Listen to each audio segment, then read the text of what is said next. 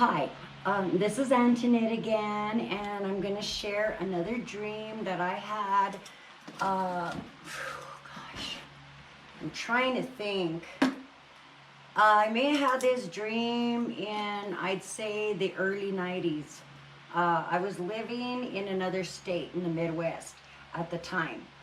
And the reason that I know it was around that time, I can't tell you the year or anything, was because I had ordered a Bible. Okay, yes, it looks old and shabby. It's even got some chunks missing from here that I need to put back in. And this was brand new. And I have my glasses. I'm trying to see when the copyright of this was. Anyway, the dream was about, the reason I have this is because I ordered this book. I ordered it, but when I got it, it had something on the cover, and I thought, oh my gosh, what a coincidence. Anyway, in the dream, it looked kind of like, I don't know, like a plateau-like area. Like a flat land area, not too many trees or anything. Like, I don't know if I was on like a highway or something. All I know is that I could see people, up in the distance. Not a whole lot of people, but like I say, it was like in a plateau area, and I was with a friend that was a lady. Like, we were like, the friend I was with was a lady friend, and it was like we were, I don't know, we were traveling or something, and the car we were in was an older model, like possibly like a 70s model car. I can't tell you what kind of car. All I know, it was like a 70s model car, and something about that car was like different from modern cars. Like that I knew in the dream. Now I do know the difference between them, but like everything's like all digital and all this other stuff, but like there was a reason why we were in that old car, and it wasn't all fancy or anything. It was just like I don't know, like an older 70s car of some type. Nothing, not sporty or anything. And so we had gotten out of the car for whatever reason. I don't know. I just know there was some people up in the distance, like maybe, I don't know, 10 people, like out, like I could kind of see them. And I didn't see any buildings or anything from my distance. But anyway, suddenly what appeared in the sky were hands, and they were like this.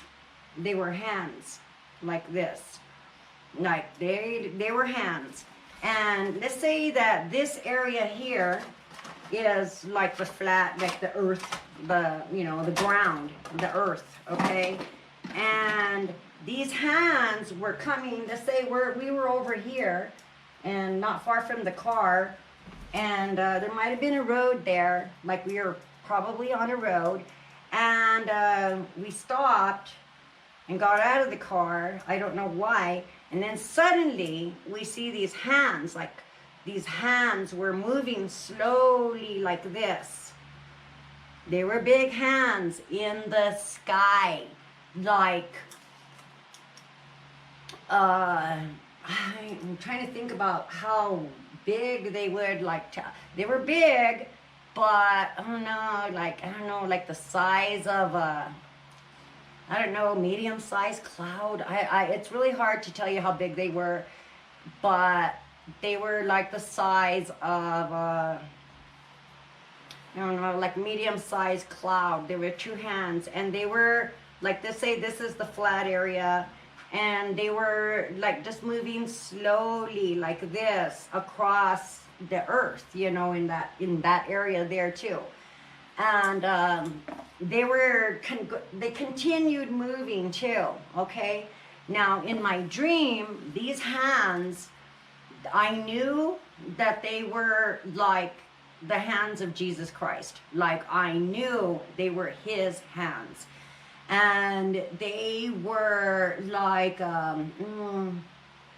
kind of like an amber color, but brown, like brownish amber color. And they were like hot. They looked like in the Bible, it describes, if I'm right, it's either Jesus or God the Father, burnished bronze, like burnished bronze. And that's what I was looking at. I was looking at a burnished bronze color. And when I say burnished, like they were like hot, like they almost looked like made of coal, but not made of coal. But when you see like hot coals, and they're like an amber orange color, but like he's not made of flesh. He's made of I don't know what, but definitely a burnished bronze. This here, my copper tone. This would be kind of like a burnished bronze color. See, you know, like that.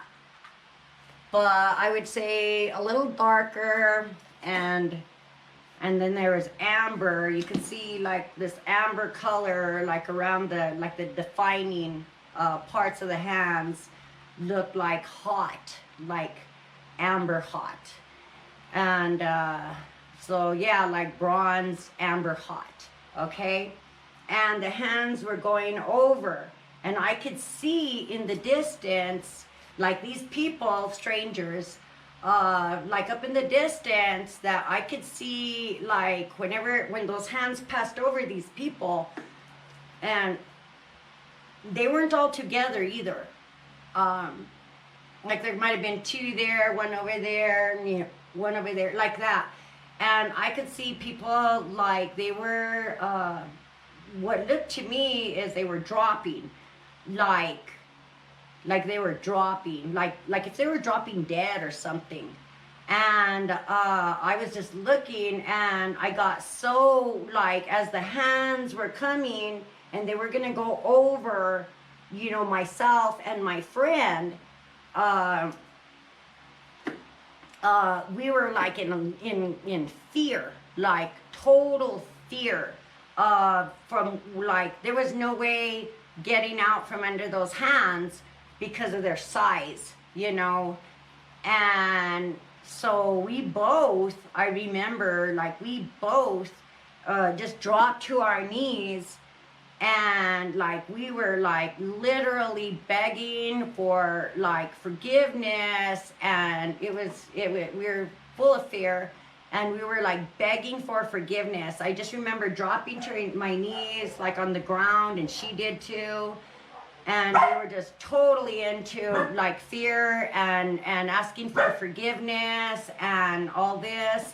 And then, like, after a while, like, we wouldn't even dare look up to these hands. Like, we wouldn't even dare look up to see if they were above us or anything. We just knew that they were going to come over us too, his hands. And then, like, after a while, like a begging for mercy and like forgiveness, and like totally down to your, you know, the wrenching of your soul. Sorry about that. The dog started barking at absolutely nothing. So I had to let them outside. So anyway, like that, you know, and I would say as high as the clouds are in the sky on a regular day, that's about how high his hands were. And so anyway, we like get up. We were both able to stand up. It wasn't just me, it was her too. And we did know that because we had seen that some people were falling, and most of the people, what I could see, were falling, like falling dead or something. Like, to me, they were falling dead. And I might have seen maybe one person out there, like, they weren't all dropping dead, but like most of them were, okay? And so his hands are about at the height of what a clouds would be, and probably about that size too. And we stood up like out of like a lot of relief. There was like such this great sigh of relief that we looked, and like we saw his hands like continuing that way, and immediately at that point, that's when the dream ended. That's when it ended. I didn't stay watching his hands. I just know that they had passed over us and noticed that they did, and we were absolutely relieved. And it was like a judgment, like totally, totally, totally, like his hands, like he could tell, like just his hands, his being, whatever it is, they like they have like a special, I don't know, like a discernment of who is like wicked or who is like wicked, and like nobody is pure. Nobody is 100% pure on earth. That's just the way it is. But some people are a lot more wicked. And some people really try to not be wicked, and or try to like really try to not be wicked as much as possible. So, but there's no 100% pure person, you know. Like you could be 90% not wicked or 90% wicked or whatever, however that works. It's his judgment. It's his judgment, his discernment, and like his holiness, you know. But I was very afraid. So during and after that dream, and let me just tell you that yes, I have thought, like I've had other dreams like throughout my lifetime, and these were pretty intense dreams. They minded me like biblical, and I really used to think like, you know, if I told these dreams to people, like I have told them to a particular person, and but I couldn't like tell all of them or something, because like I don't know, like yeah, but one particular person I did say them to, and like that person knew all my dreams and how, you know, like amazing they were, but like a lot of fear and stuff in them too. And so like sometimes, like if you were like to tell somebody, well, I had a dream about this, or I had a dream about, you know, Michelangelo, or I had a dream of this or that, like people like sometimes I would think like, man, if I was to tell people, they would think like you're a liar, you know, like you gotta be lying. You can't be having like dreams that have to do with you know, people of the Bible, or I don't know, like. And I've been wanting to put these dreams out, you know, for several years now, but I was like a lot in stagnation, a lot. So there was a like, I don't know, like energies or something like this keeping me from, you know, like getting this done, getting these dreams out and stuff.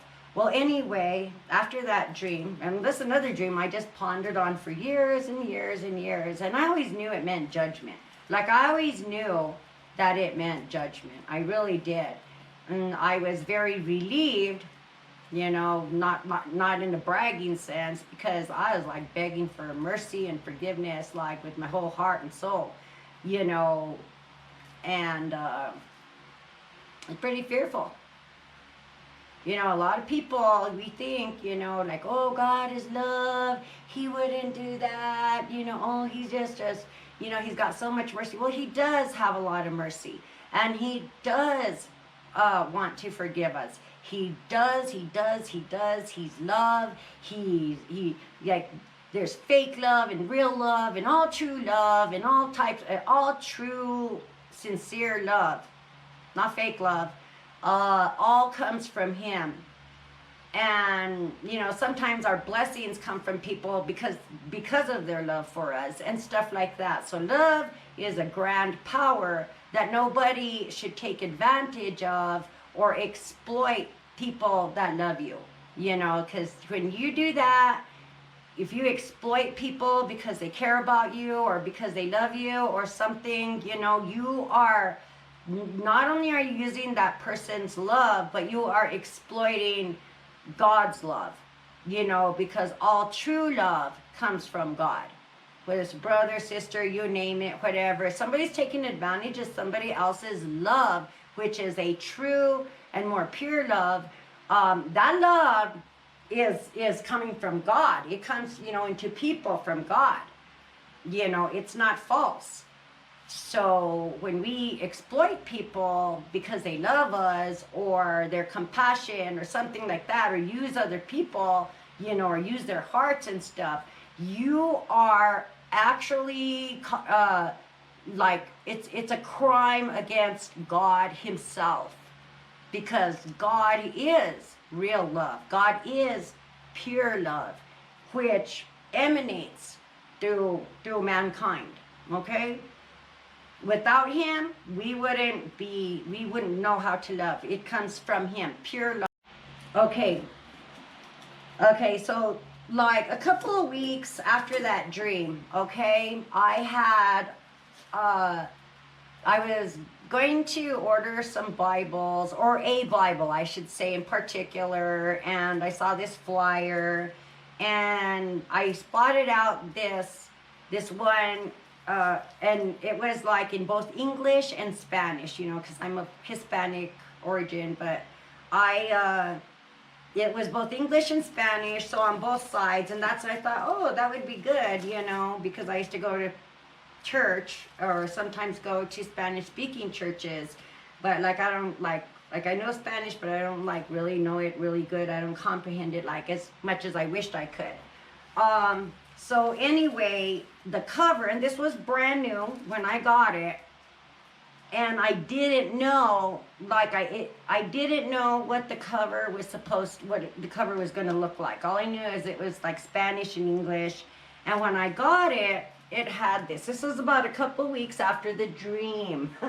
Well, this is not what I saw, and this is like a globe, like the globe, you know, like a round earth. I was just on a flat plateau in the dream, you know, probably able to see, I don't know, 5 miles out, maybe 3 miles out, something like that. You know, I wasn't like, I don't remember seeing mountains or anything. It was just like flat land. And I think we were either on a dirt road or some, I don't know, like a little county road. I don't know. It was just like a road going out somewhere, passing like some flat area. So this one here, this is what was weird. Okay, so I get this. And as you see, you know, it's old now, this book. So it's like, what, 30 years old, maybe? About 30. And I get this, and I see his hand here. Of course, he looks really big there compared to what I saw. And then he's got the hourglass and stuff. And of course, that means, as you see in the picture, it does mean like, you know, the time is coming. Your time is almost up. We are timed. Everything on earth is timed. You know, everything goes by time. We're not like in a dimension of, we're not in a timeless or in infinity. Like the earth is timed. Like a time to be born, a time to die. Like, you know, that's all in the Bible. Time to save, time to spend. But no, like if you go to bed at 9 or 10 o'clock and you have to get up at 7, that's timed. Okay, that's timed. Or you're 15 years old, you're 18 years old, you're 20 years old. It's all timed. Everything is timed. Winter time, summertime. Oh, it's time to plant. Everything on earth is ruled by time. Everything, deadlines. Oh, you have to have your homework in by this time. You have to have that assignment in by that time. We need to get all these pallets stacked up by this time. Or we're behind schedule. We need to hurry up and get the assembly line going faster to get a certain amount done by a certain time. Time. We're also timed. The earth is timed, okay? The earth is timed, and we're at the last stage. And at the end of the last stage, okay? Don't Don't let them fool you, okay? I know they want us all to think that we're going to go into this grand utopia society and we're all going to be eating bugs and preserve and, you know, and this and that. No. They might get a few of their little colonies together, but not really. No, no, mm-mm. That future that they're planning where they're going to rule, ain't going to happen. Time is up. It's almost over. It's almost over. And Lucifer and his army and his legions have to hurry up. And he has a legion of energy vampires too. Okay? And their time is up, and that's why they're speeding everything up so fast. Like, that's why a lot of this, you know, crazy clown planet ridiculous scenarios are happening. They have to speed it up because their time is short. They know it, but do you know it? Do you know it? They know it. They do know it. That's why they're speeding it up. Okay? They know it. You have to know it too. You have to understand. Judgment is coming. Don't worry so much about these ridiculous people that are supposedly leading the world. Okay? Their judgment is coming. God's going to take care of them. They're all going to start dropping like flies too and attacking one another. And but you are his treasure. He already knows where those, you know, sleaze bags are going. And actually, they're lower than sleaze bags. So I'll keep my language clean.